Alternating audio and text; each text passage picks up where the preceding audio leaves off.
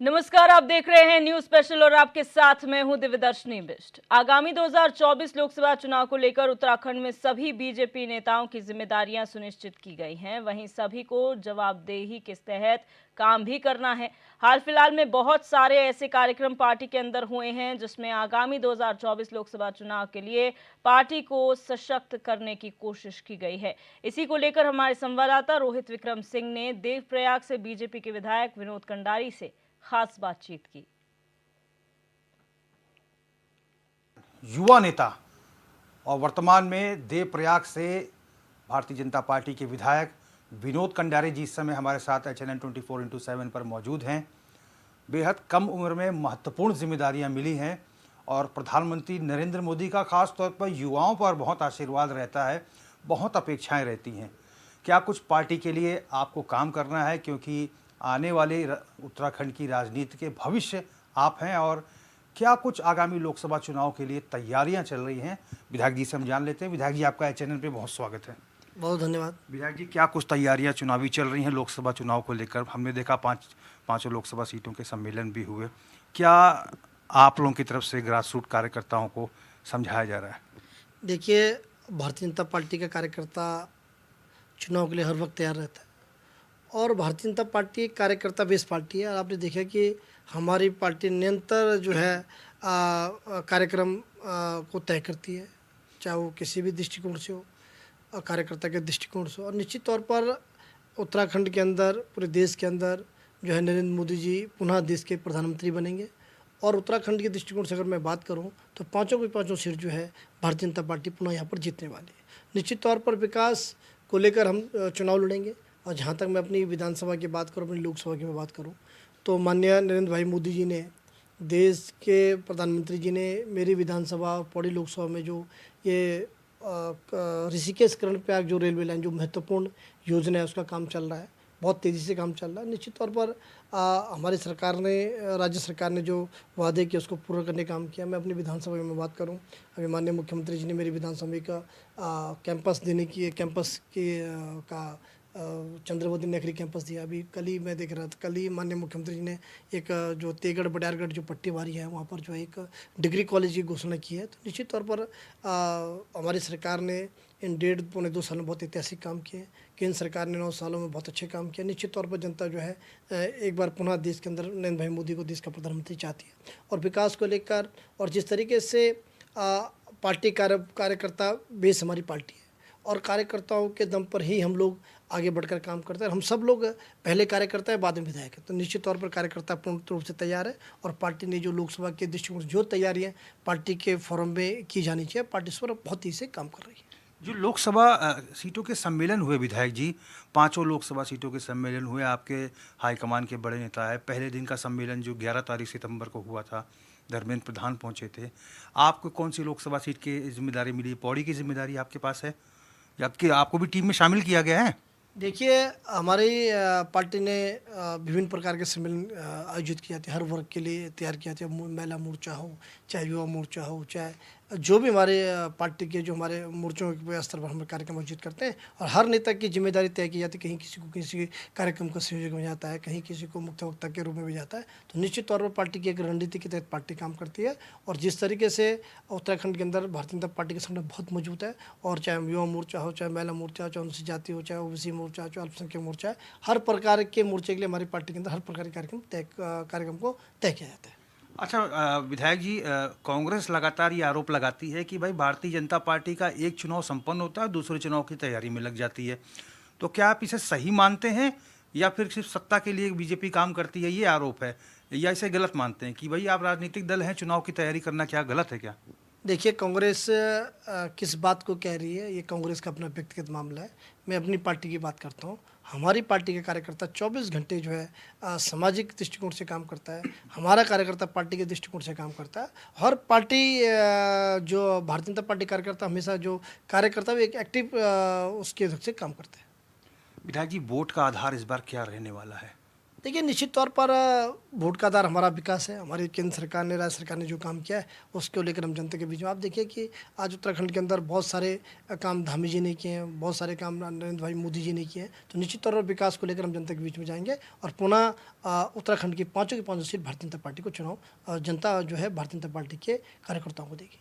केंद्र सरकार की जितनी भी विकास की योजनाएं हैं, हम देखते हैं कि आपके पंडित दीनदयाल उपाध्याय की जयंती हो, प्रधानमंत्री नरेंद्र मोदी के मन की बात का कार्यक्रम हो, श्यामा प्रसाद मुखर्जी के जन्मदिवस की बात हो, या फिर आपके जो तमाम मिशन चलते हैं, वोटर चेतना अभियान, तमाम चीज़ें भारतीय जनता पार्टी में कार्यक्रम लगे ही रहते हैं। अ, लगता है कि इन कार्यक्रमों से पार्टी में जान आती है, कार्यकर्ताओं में जान आती है, कार्यकर्ता हर वक्त एक्टिव मोड में रहते हैं इससे। देखिए, मैंने आपसे कहा हमारी पार्टी एक एक्टिव रूप में काम करती है। कार्यकर्ता एक्टिव रहता है। हमारे जिले के अध्यक्ष हैं, हमारे मंडल के अध्यक्ष हैं, सबकी कार्य योजना के तहत हमारी पार्टी काम करते हैं। और आपने कहा आदरणीय नरेंद्र भाई मोदी जी ने जो मन की बात का कार्यक्रम आप करते हैं, वो माननीय प्रधानमंत्री जी करते हैं, तो पूरे देश पूरा विश्व उसको देखता है। वो हर गांव की बात को उठा के अपने मन की बात में रखते हैं, हर गांव के लोगों से संपर्क संवाद मन की बात के माध्यम से करते हैं। तो मेरा ये मानना है कि हमारी पार्टी एक बहुत कार्यकर्ता बेस्ड पार्टी है। मैंने आपसे कहा ये भारतीय जनता पार्टी कार्यकर्ता आधार बेस्ड पार्टी है। विधायक जी, पिछले 2022 के विधानसभा चुनाव की अगर हम बात करें तो हमें याद है रक्षा मंत्री आए थे और बहुत अच्छे शब्दों से उन्होंने मुख्यमंत्री को अलंकृत किया था, धड़कड़धामी बुलाया था, फ्लावर नहीं फायर भी हैं, ये फ्लावर भी हैं, ये तमाम चीज़ें कही गई थी। और इसके साथ ही एक विजय संकल्प यात्रा निकली थी आपकी हरिद्वार से गढ़वाल मंडल के लिए, कुमाऊं की निकली थी विजय संकल्प यात्रा, जिसमें सुझाव पेटिकाएं लगी थी, जिसमें लाखों की संख्या में सुझाव प्राप्त हुए थे, जिसके आधार पर दृष्टि पत्र तैयार किया गया था।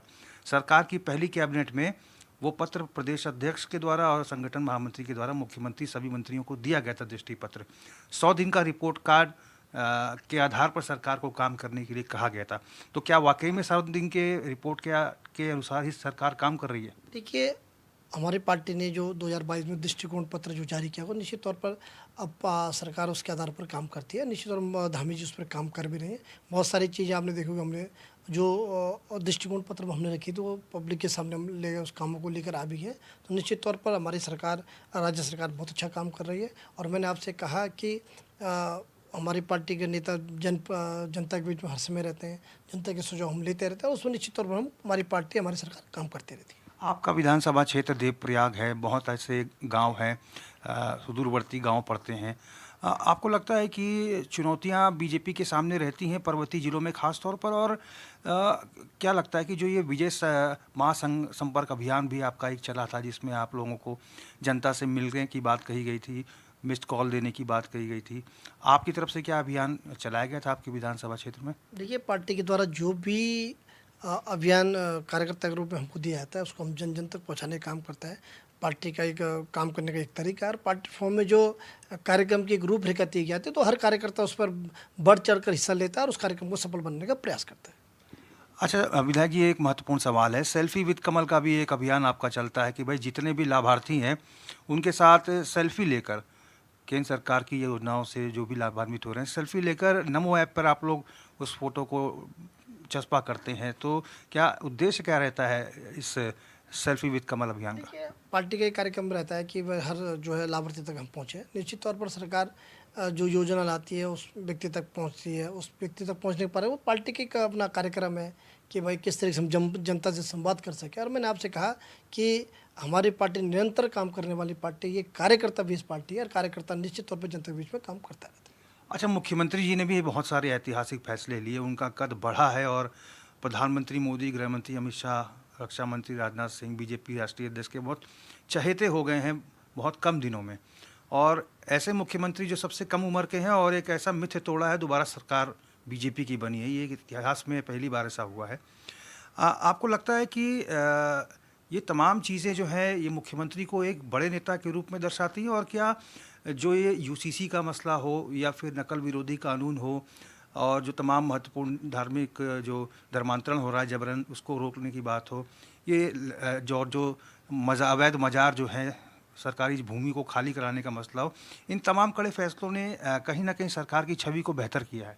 देखिए, माननीय मुख्यमंत्री जी ने कई फैसले बहुत अच्छे लिए हैं और जनहित में लिए हैं। निश्चित तौर पर माननीय मुख्यमंत्री जी जो फैसले लेते हैं वो सबको विश्वास में लेकर करते हैं। निश्चित तौर पर एक प्रदेश के मुख्यमंत्री का जो जो दृष्टिकोण होना चाहिए, प्रदेश के मुख्यमंत्री की एक काम करने की जो शैली होनी चाहिए, निश्चित तौर पर वो धामी जी के अंदर वो पूरी बातें उन पर लागू होती हैं। देखिए विधायक जी, सदन में भी आप भी रहते हैं। एक वाकया मुझे याद है, विधानसभा का सत्र चल रहा था, मनोज रावत, विपक्षी विधायक हरीश धामी ये सीढ़ियों पर आकर बैठ जाते हैं क्षेत्र की लंबित समस्याओं को लेकर। मुख्यमंत्री उन्हें मना के ले आते हैं, कॉफ़ी पिलाते हैं, उनकी समस्याएं सुनते हैं और विपक्षी विधायक सीएम धामी की तारीफ करते हैं। आपको लगता है कि ये सारी चीज़ें जो है जनता देखती है और जनता समझ रही है कि बीजेपी जो है किसी में भेदभाव नहीं करती? देखिए निश्चित तौर पर देखिए अपनी क्षेत्रीय जन समस्याओं को लेकर हर व्यक्ति अपनी बात रखता है। निश्चित तौर पर माननीय मुख्यमंत्री जी कार्य कौशलता है कि किस तरीके से काम करते हैं, निश्चित तौर पर वो सबकी बात को सुनते हैं और सबकी बात का जो भी विषय उनके सामने रखे जाते हैं विकास के रूप में अपनी क्षेत्रीय समस्या उन समस्या का निदान करने में मुख्यमंत्री अपना पूरा सहयोग करते हैं। प्रधानमंत्री नरेंद्र मोदी का विशेष लगाव उत्तराखंड से, ये बात किसी से छिपी नहीं है। उत्तराखंड में उनका आध्यात्मिक जीवन गुजरा, उत्तराखंड वो आते हैं और उन्हीं के आने का नतीजा है कि 4 धाम वो आते हैं। बाबा केदार पिछली दफ़ा वो बद्री विशाल भी गए, इस बार रिकॉर्ड टूट गया, इतने ज़्यादा श्रद्धालु पहुंच रहे हैं, अभी भी तीर्थ यात्रा चल रही है। आपको लगता है कि जो जागेश्वर धाम पहुंचे हैं प्रधानमंत्री, अब इसको ट्वीट भी किया प्रधानमंत्री ने, उसके बाद अमिताभ बच्चन ने भी ट्वीट किया कि मैं भी जाना चाहता हूं।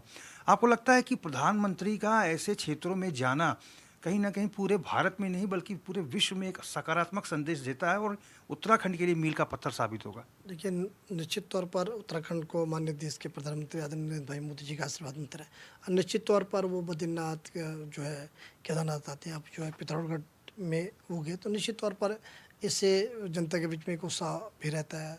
प्रधानमंत्री जी जब उत्तराखंड के अंदर है तो निश्चित तौर पर उत्तराखंड को कोई सौगात भी वो हमेशा देते हैं, तो निश्चित तौर पर उत्तराखंड के प्रति उनका प्रेम है और उत्तराखंड की जनता उनको भी प्यार भी करती है और वो बार बार वो कई बार उत्तराखंड में आते हैं। निश्चित तौर पर ये हमारा सौभाग्य है। गृह मंत्री आए थे, इच्छा जताई थी कि भाजपा मुख्यालय में सबसे मुलाकात करेंगे, आप लोग भी थे क्या जब वो आए थे?